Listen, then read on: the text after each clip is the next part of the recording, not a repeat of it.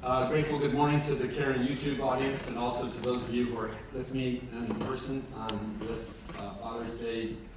And I know other observances, including Juneteenth, and Tuesday is the summer solstice. It's my habit to generally pay attention to the juxtaposition of various holidays with my topic calendar. My topic this week is acceptance, and I had carefully prepared all week, so I had this whole thing. And there are some of you who know that I make a long drive to come to the Caron Chapel service on Sunday mornings. It's my usual habit. So I was driving in this morning, and I turn off the radio and I try to talk through my message, and I was so bored by what I had to say that I thought, no, I'm not doing it. So you're not getting an academic lecture on acceptance, Juneteenth, or Father's Day. So just breathe a sigh of relief. That's it, that's correct. And I decided what I needed to do was to speak to you from my heart. Because I don't think that, for me at least, this is an academic issue. And yet it is a perennial topic in the journey of recovery for those who follow the 12 steps. It's a perennial topic in mental health care, and it's a perennial topic in wisdom traditions, the various forms of faith that have presented themselves over the course of human history, and especially the last several millennia of civilization. But it lands on the ground here with an audience that is affected by substance use disorder. And the way it gets personal is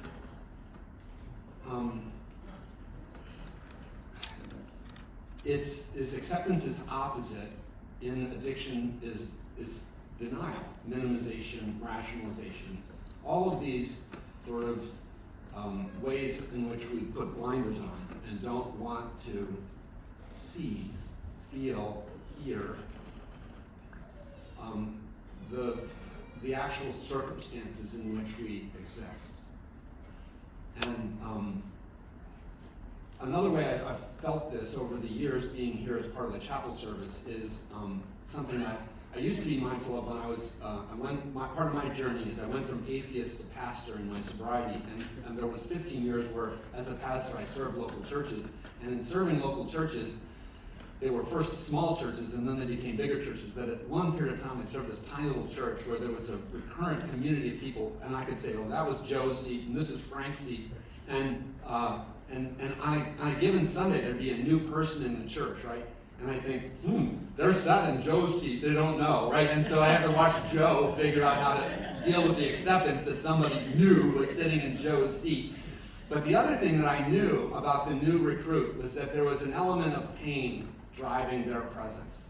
You wouldn't come to this little country church on a new Sunday without some driving impulse.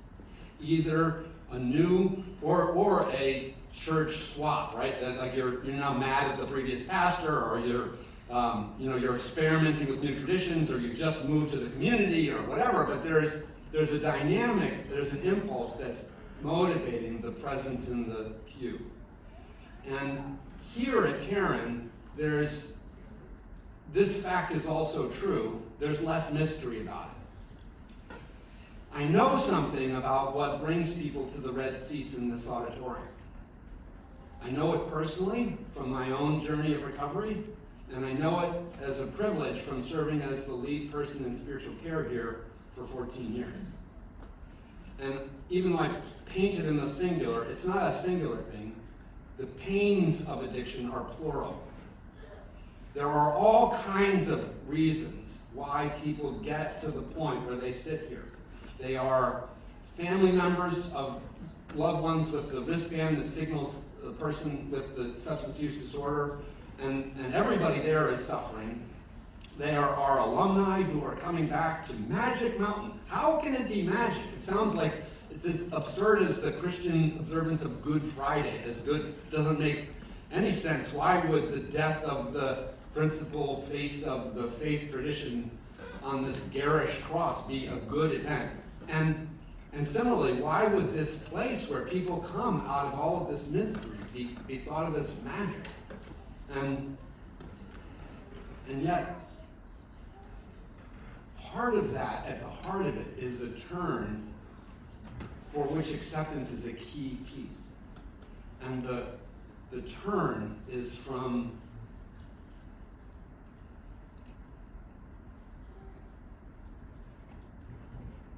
false narratives to honesty, and from false remedies to measures of authentic solution.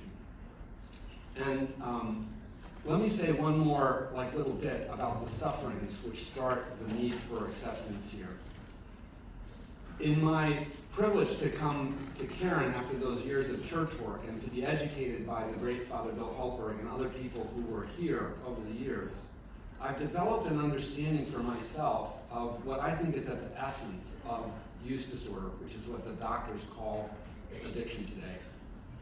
And my belief, as I say it often week after week, is that an essentially rich way of thinking about use disorders is misconnection.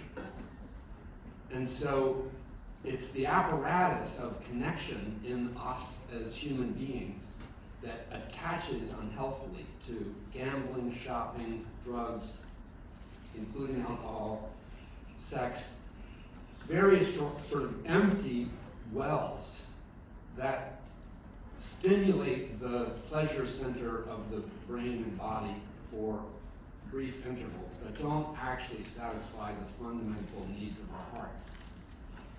And so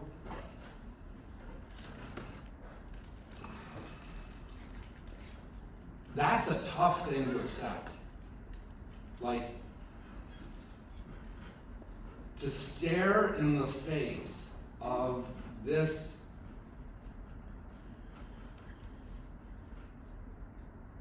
rather ugly truth if you are the patient or the family member. Because as the patient, you can feel a ton of shame. And as the family member, you can feel a lot of betrayal. Because there's this allegiance concept in the family, families stick together, and I say family in a very generous and broad way. I mean, in other words, whoever is your sort of circle of support, whoever would come to something like family education. So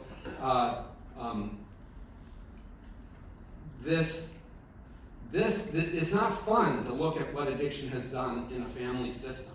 On either side, it can be really grim to look in the mirror as a family.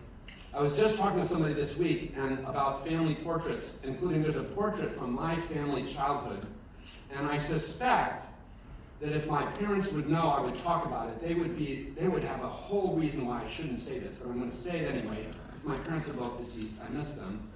But this is a picture around Christmas of the 5 kids. I was a part of a 5-child family, and my oldest brother, who was murdered in 1990, David, is pictured in the picture holding a bottle of wine or champagne or something like that. And you know what's happening in the background, but you don't see it, is my parents have a Manhattan in my mom's hand, and there's a scotch in my dad's hand, and there are cigarettes in the ashtrays.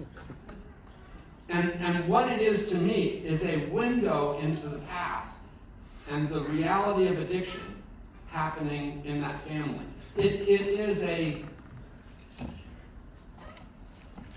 It's a painful portrait of misconnection. It wasn't a family that lacked a desire or intention for love.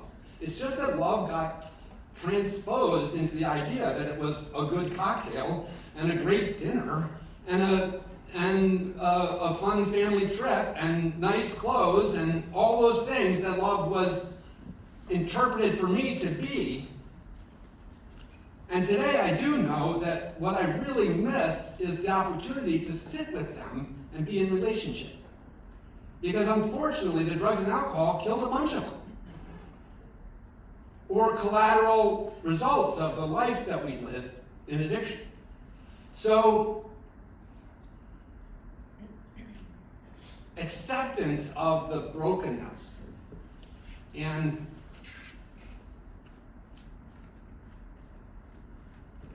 lack of substance of our connectedness, once we earn the seat in this auditorium, is not fun, and it's hard.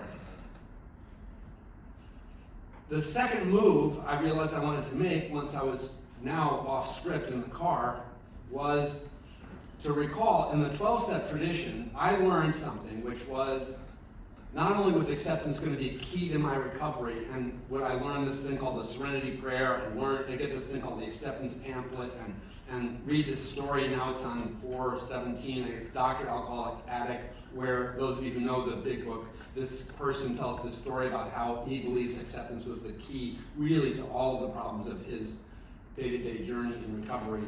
And I think that, like for me, I've always struggled with that sentence, except in a way it's a point of entry. I have to look at where things are and be able to make the Serenity Prayer split of knowing what I can and can't change, right? But it begins to a certain extent with an honest appraisal. And in the 12-step tradition, there's two inventories. I think Bill Wilson, the principal founder of the movement, talks about them as stock analysis, like a retailer would take an inventory in their business. And I have to take stock of what's the status? What's the status of my relationships? What's the status of, what is how I perceive myself to have been harmed if I'm the person seeking recovery? And what harm am I perceived by others to have caused? Neither of those is particularly fun. But I think they're unavoidable steps on the path to Magic Mountain experience.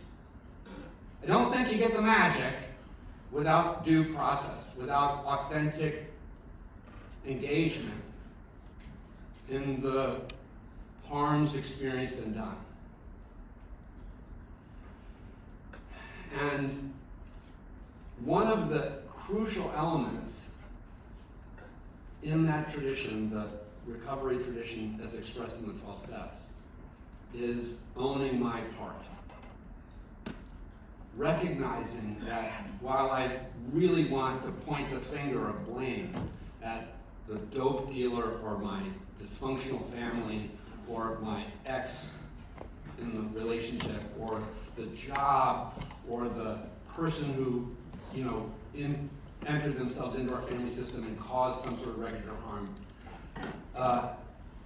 No matter if it's the old adage, when I point one finger away, I have three pointing back at me. There is an element of individual participation that I somehow, a path forward for me requires me to tease out. And again, I don't think it's easy or pleasant. And this is one of the times and places where mentorship in the 12 steps turns out to be really important.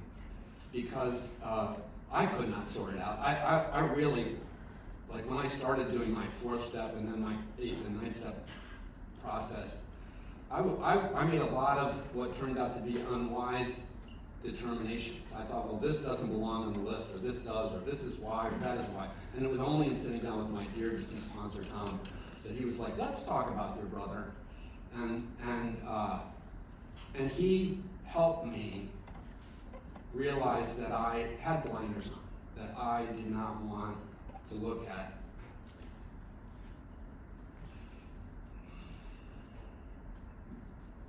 Some bizarre forms of complicity that I had. I need to be a little careful of people who would be harmed by me sharing their story out in public. So,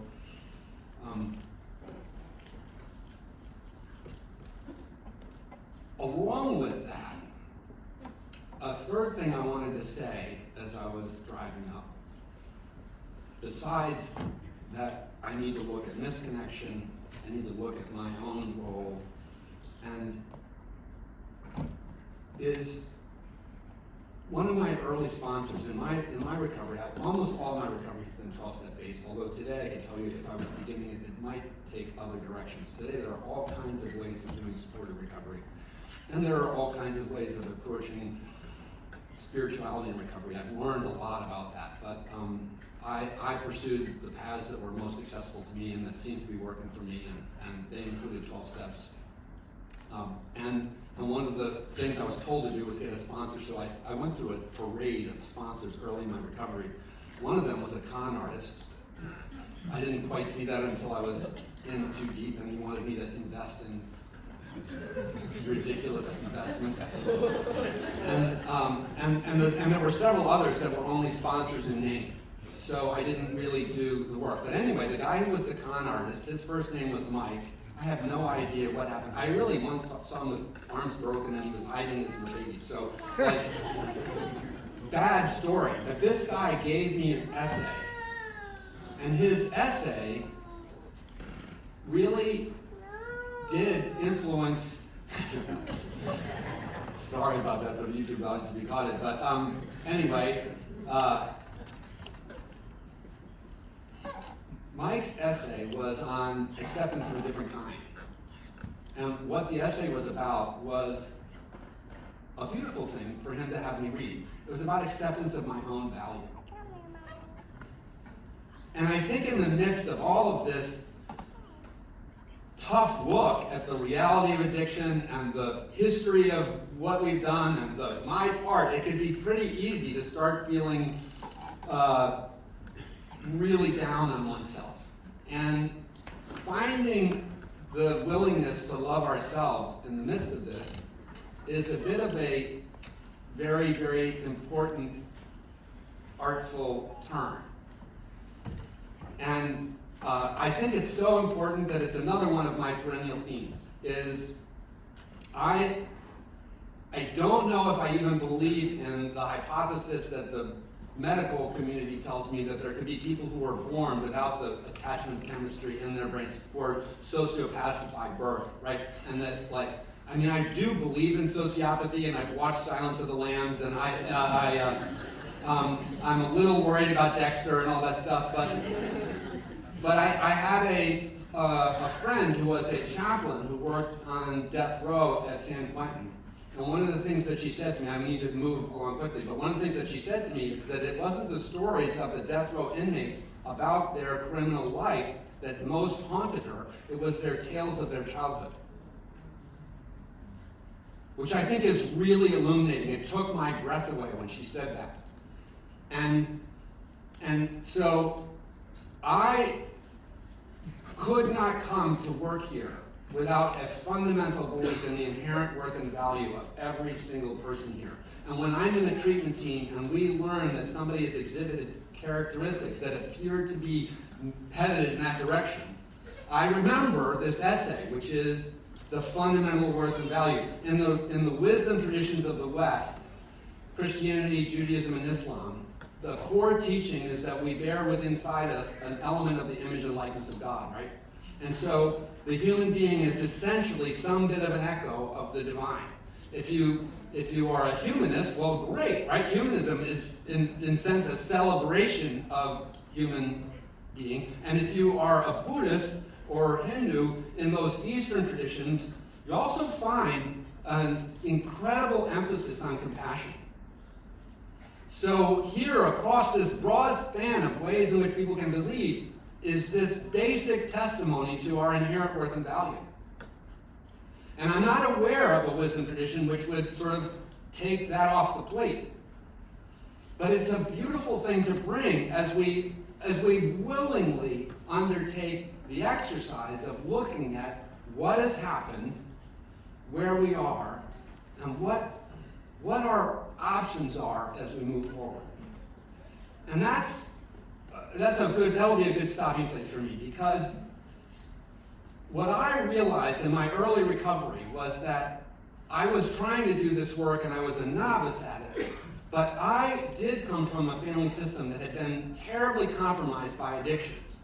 And I did hear people talk about repair in relationships, and I wanted that.